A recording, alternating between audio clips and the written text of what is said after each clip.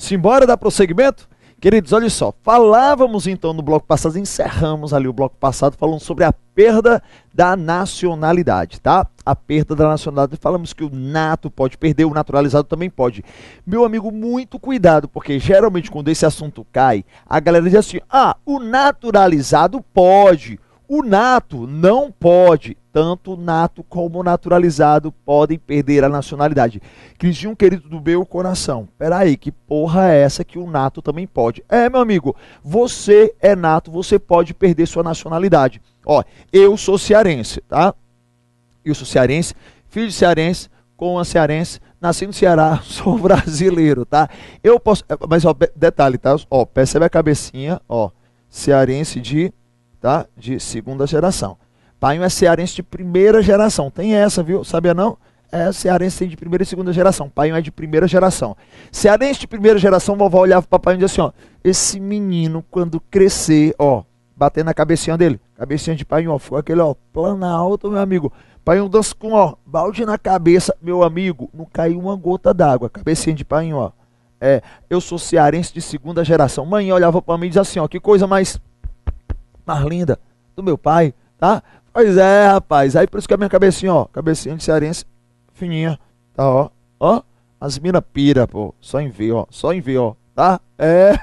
Olha só, então perceba, o nato e o naturalizado podem perder sim a nacionalidade. Nato pode perder, marca, pode, tá? Voluntariamente, mas pode perder? Pode, voluntariamente. O naturalizado também pode? Pode, por decisão judicial transitada em julgado em virtude de ato nocivo ao interesse nacional. No entanto, cuidado com isso, porque nós temos situações em que não se perde a nacionalidade. Nós temos situações em que não se perde a nacionalidade. Exemplo, Cris, tá? Não será declarada a perda da nacionalidade, não será declarada a perda da nacionalidade do brasileiro que adquiriu outra nacionalidade e, nesse caso, tá? A norma estrangeira reconhecer a tua nacionalidade originária. Por exemplo, ó, se, por exemplo, um Estado estrangeiro reconhece a minha nacionalidade brasileira e me dá a dele, eu não perco, eu fico com a dupla nacionalidade, tá? Então não é perda de nacionalidade se o país estrangeiro reconhece a minha nacionalidade originária e mesmo assim me dá a dele, eu fico com a dupla. Isso não é caso de perda de nacionalidade, mas caso de dupla nacionalidade.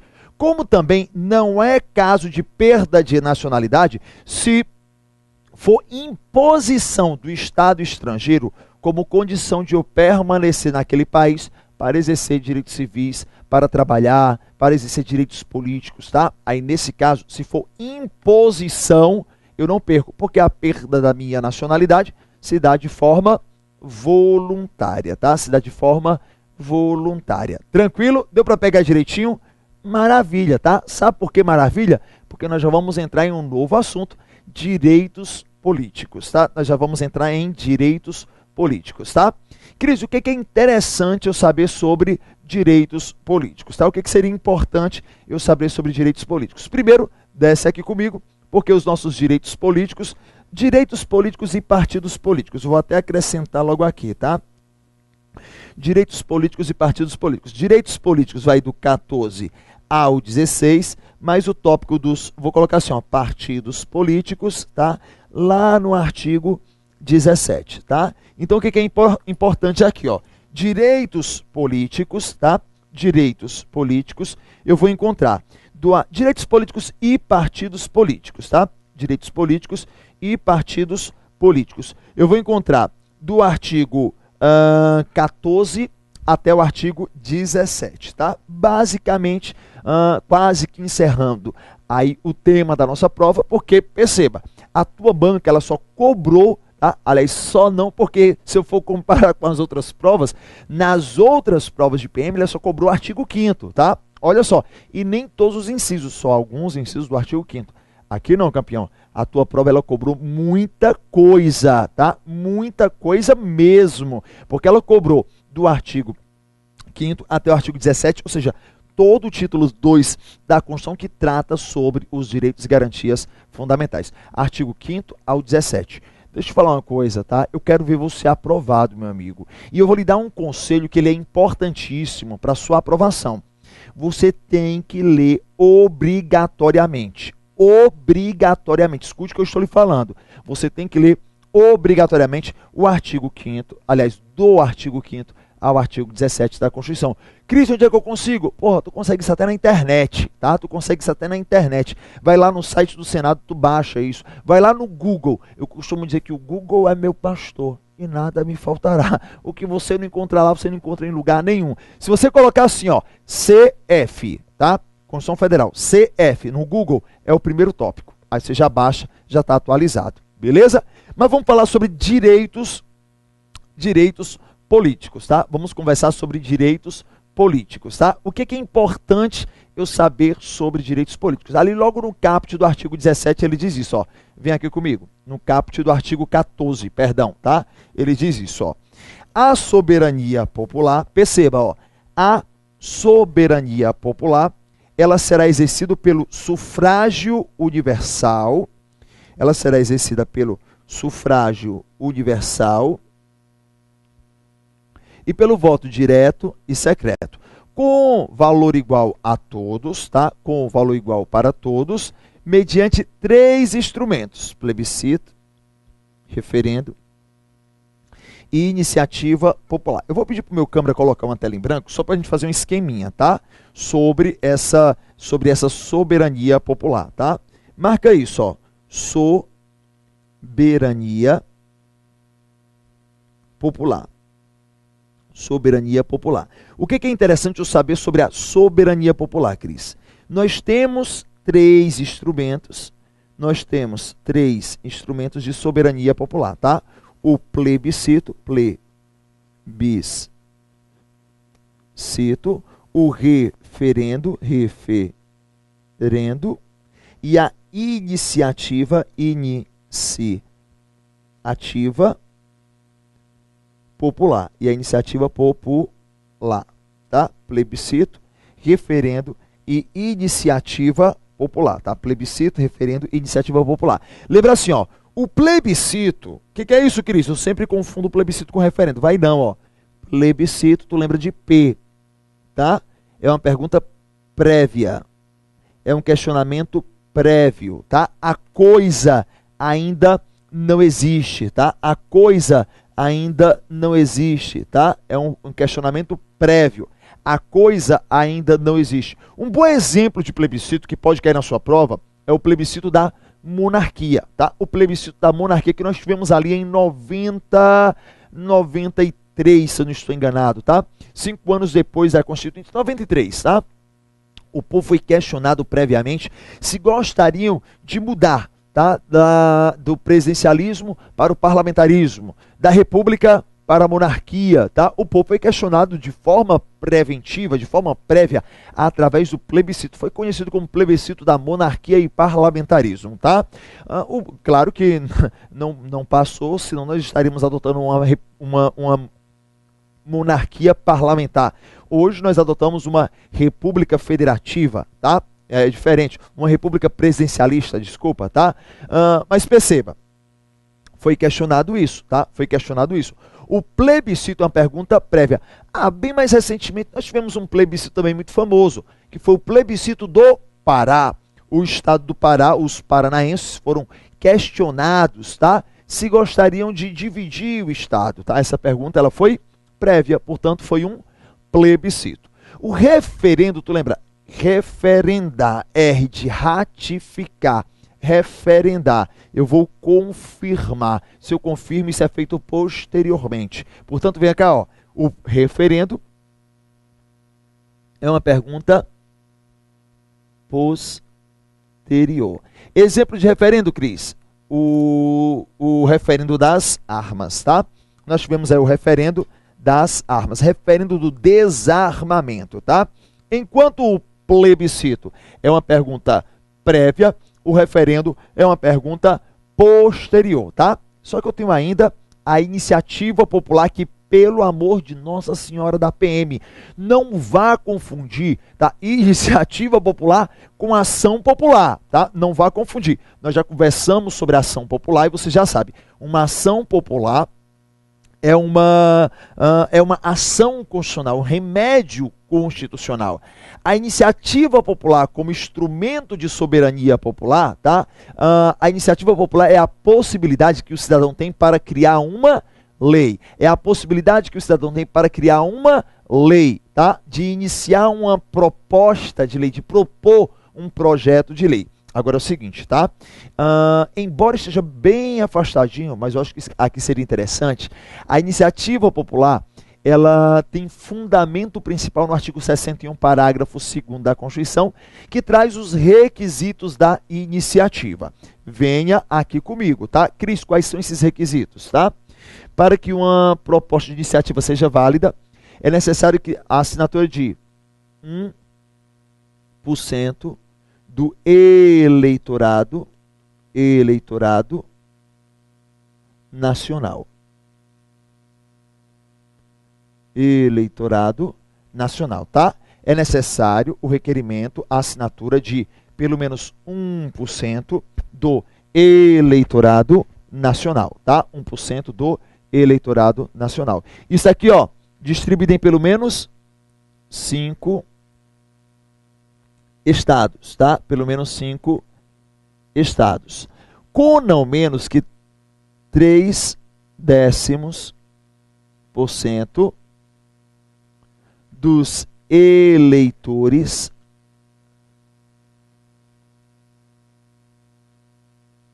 de cada um deles, tá? De cada estado. Deixa eu até organizar isso aqui para ficar mais didático, tá? Dos eleitores de cada estado, tá? De cada estado. Observe, olha os requisitos para que a iniciativa popular ela seja válida. É necessário, tá? É necessário a assinatura de pelo menos 1% do eleitorado nacional, tá? Ora, se eu quero eleitorado, tá? Pode ser a assinatura de 1% da população? Não, tá? Não necessariamente 1% da população é 1% de votantes, tá? Não necessariamente 1%. Aqui seria 1% de votantes. Cuidado com isso, tá? 1% do eleitorado nacional distribuído, tá? Distribuído em pelo menos 5 estados, com não menos que 3/10 dos eleitores de cada um deles, de cada estado. Detalhe, se a banca modificar isso, ó, 3/10, se a banca colocar assim para você, ó, 0,3%, ou colocar 0,3, ela está falando da mesma coisa, tá? Ela está falando da mesma coisa, tá? 3/10 é igual a 0,3. Ela está falando da mesma coisa, perfeito? Da mesma coisa. 3/10 e 0,3 é a mesma coisa. Tranquilo? Então vê só comigo, ó. Plebiscito, referendo e iniciativa popular. Plebiscito, referendo e iniciativa popular, tá? A iniciativa popular, tu lembra que é a iniciativa para propor PL, projeto de lei, tá? Que pode ser lei complementar ou pode ser lei ordinária, tá? Ordinária, tá? Pode ser lei complementar ou pode ser uma lei ordinária, beleza? Então, perceba, esse projeto, tá? Esse projeto de lei feito por iniciativa popular, ele vai ser encaminhado, isso é interessante, ó, ele vai ser encaminhado para a CD, que é isso, Cris? Para a Câmara dos Deputados. A representação será feita na Câmara dos Deputados, tá? A representação será feita na Câmara dos Deputados. Então, perceba, ó, a soberania popular, ela será exercida, tá? A soberania popular será exercida por 3 instrumentos: plebiscito, referendo e iniciativa popular. Plebiscito, referendo e iniciativa popular, tá? E iniciativa popular. Desde que se preencha, no caso da iniciativa popular, 3 requisitos. É necessário a assinatura, o requerimento de pelo menos 1% do eleitorado nacional, distribuído em pelo menos 5 estados, com não menos que 0,3% dos eleitores de cada estado. Essa representação será feita na Câmara dos Deputados. Cris, me explica por que na Câmara dos Deputados e não no Senado, tá? Vem aqui comigo que eu vou lhe explicar agora. O nosso Congresso Nacional atualmente, ele é bicameral, porque ele é composto pela Câmara e é composto pelo Senado. A Câmara representa o povo do país, o povo da nação, tá? A iniciativa ela é popular, por isso que a representação é lá na Câmara, tá? Os estados são representados pelo Senado, tá? Os estados mais o Distrito Federal. Então o Senado representa os estados e o DF e a Câmara representa o povo, beleza? Um detalhe que eu acho que talvez seja interessante também para a gente, tá, queridos? É que quando nós falamos em iniciativa popular, aliás, quando nós falamos em direitos políticos, tá? Nós temos a questãozinha do voto. O voto, tá? O voto hoje é obrigatório? Voto, tá? O voto, o alistamento e o voto é obrigatório? É. Obrigatório, ele é obrigatório para quem, Cris? Ele é obrigatório para quem tem mais de 18 anos, tá? Na verdade, mais de 18 e menos de 70 anos, tá? Mas o voto, ele pode ser facultativo? Pode. Facultativo? Pode. O voto ele é facultativo para quem, Cris? Olha, ele pode ser obrigatório para os maiores de 18 e menores de 70, mas ele pode ser também facultativo. Cris, para quem é que o voto vai ser facultativo? Vai ser facultativo para maior de 16 anos e menor de 18 anos, tá? Maior de 16. Opa, deixa eu apagar aqui para ficar bacaninha, né? Maior de 16 e menor de 18 anos. Vai ser facultativo também para os maiores de 70 anos, até 70 ele é obrigatório, depois de 70 facultativo, tá? E para os analfabetos, tá? E para os analfabetos. Então perceba, ó, o voto, tá? O alistamento e o voto é obrigatório? É obrigatório para os maiores de 18 anos, tá? E é facultativo, é maior de 18 anos e menor de 70, e facultativo para os maiores de 16 e menores de 18, maiores de 70 e para os analfabetos, tá? Vê só comigo. Eu vou fazer um esqueminha agora para você, que eu queria muito que você notasse esse esqueminha, tá? Eu quero muito que você note esse esqueminha. Embora na sua apostila, no seu material, alguns alunos até me perguntaram, querido, vai dar slide, não? Campeão, o que está no slide é o que está na apostila. Então é só ir acompanhando pela apostila, tá? Aliás, na apostila está até mais completa. Aqui eu só trago um esboçozinho, uma anotação, vou riscando, na verdade, né, fazendo algumas anotações que você também tem que fazer, tá? Mas no material, na sua apostila, já tem todo o material que você precisa para gabaritar essa prova, tá? Para gabaritar a sua prova. Olha, leia e releia a minha apostila. Pode ter certeza, tudo que você precisa está ali. Tá? Cris, tu não indica livro não? Eu até indico livro, tá? Mas olha só, no caso de livro, tá? Nesse momento não dá mais para pegar um livro. A tua prova está acontecendo daqui a poucos dias, então não tem como pegar mais livro, tá? Você tem que realmente se guiar pela apostila e pelas informações que a gente está dando aqui, tranquilo? Então vem aqui comigo, tá? Vem aqui comigo. Eu vou montar um esqueminha para você que eu quero que você note, tá? Deixa eu pegar, mudar aqui a cor da caneta, que é... Deixa eu apagar aqui, que é a minha tabelinha dos inalistáveis e inelegíveis. Note assim, ó, olha só, são inalistáveis, são inelegíveis, tá? São inalistáveis, são inelegíveis, tá? São inalistáveis e são inelegíveis. De acordo com a Constituição, aliás, vamos primeiro ver o que é o inalistável e o que é o inelegível, tá? O inalistável, ele não pode se alistar. O inalistável, ele não possui, tá? Ele não possui capacidade, ele não possui capacidade eleitoral ativa. Portanto, ele não pode votar. Tá? Ele não pode votar. Cris, e o inelegível? ele não possui capacidade eleitoral passiva. Portanto, ele não pode se eleger, ó, ele é inelegível, tá? Eu pergunto, uma coisa sempre vai deduzir a outra, tá? Uma coisa sempre vai deduzir a outra? Resposta, não. Eu posso ser, por exemplo, alistável para um determinado cargo, eu posso ter capacidade ativa para votar em um determinado cargo e ser inelegível para aquele mesmo cargo. Quer ver um exemplo? Imagina só hipoteticamente, tá? Imagina só hipoteticamente. Eu poderia hoje, tá? Votar, tá? Em um presidente da República? Sim, o voto é obrigatório para os maiores de 18 anos. Como eu tenho 22 anos, né, sou obrigado a votar, tá? A voltar, só se voltar no tempo, né? Que são 22 anos, voltar no tempo, tá? A votar, tá? Imagina hipoteticamente que eu tenho 25 anos, tá? Hipoteticamente, eu tenho só 2 anos a mais.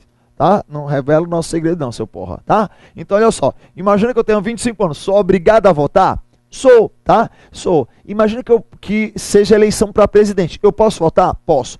Mas com 25 anos, eu poderia me eleger a presidente da República? Não, poderia não, sabe por quê? Porque para a presidente da República, tá, eu tenho que ter pelo menos 35 anos, perfeito? Então não necessariamente uma coisa vai deduzir a outra. Então vem aqui comigo, ó. São inalistáveis, tá? São inalistáveis, tá? São inalistáveis os estrangeiros, marque comigo, tá? São inalistáveis os estrangeiros e os conscritos. Marque aí, tá? São inalistáveis os estrangeiros e os conscritos, tá? São inalistáveis o estrangeiro e os conscritos, tá? O que é isso, Cris? São inalistáveis os estrangeiros e os conscritos. Estrangeiro, tá? E conscrito. Tá? Conscrito é aquele rapazinho que presta serviço militar obrigatório, tá? É aquele que presta serviço militar obrigatório, tá? Cris, beleza. E o inelegível, tá? E o inelegível? São inelegíveis, tá? São inelegíveis os inalistáveis e os analfabetos, tá? São inelegíveis os inalistáveis e os analfabetos. Então, olha, estrangeiro, conscrito e analfabeto. Então, para minha prova, são inelegíveis, tá? São inelegíveis, tá? São inelegíveis os estrangeiros, os conscritos e os analfabetos, tá? E os analfabetos, tá? Então, pensa assim, ó. Cris, quem é que é inalistável, tá? Cris, quem é que é inalistável? Inalistável, estrangeiro e conscrito. Cris, quem é que é inelegível, tá? Quem é que é inelegível, tá? Inelegível, estrangeiro, conscrito e analfabeto. O analfabeto pode votar? Pode. É facultado, é facultativo, tá? Mas o analfabeto pode se eleger? Não, o analfabeto não pode se eleger, tá? É proibido, tá? Ele é inelegível. Salvo o Tiririca, tá? Ele não pode se eleger, não. Beleza? Olha uma questãozinha muito bacana que poderia cair na sua prova, tá? Aliás, eu sonhei com uma questão como essa. Não vou nem falar as minhas fontes espirituais, tá? Mas eu sonhei com uma questãozinha bacana como essa. Desce aqui comigo, olha só. Imagina só a banca cobrando assim. Deixa eu pegar, mudar aqui a cozinha da caneta e colocar assim, ó. Imagina a questão, ó. Primeira questão. São inalistáveis e inelegíveis, tá? São inalistáveis e inelegíveis. Letra A, estrangeiro e conscrito. Letra B, estrangeiro, conscrito e analfabeto. Letra C, estrangeiro e analfabeto. Letra D, conscrito e analfabeto. Me dê a resposta. Boa! Se você marcou letra A entendeu bem o que eu quis dizer, tá? Quem é que é inalistável e inelegível ao mesmo tempo, tá? Quem é que é inalistável e inelegível ao mesmo tempo, tá? Essa é a intenção da pergunta, tá? Quem é que é inalistável e inelegível ao mesmo tempo. Então, olha só. Estrangeiro, tá? Estrangeiro é inalistável? É. E inelegível? Também. Conscrito é inalistável? É. E inelegível? Também, tá? Agora, vê só. O analfabeto, ele é inalistável?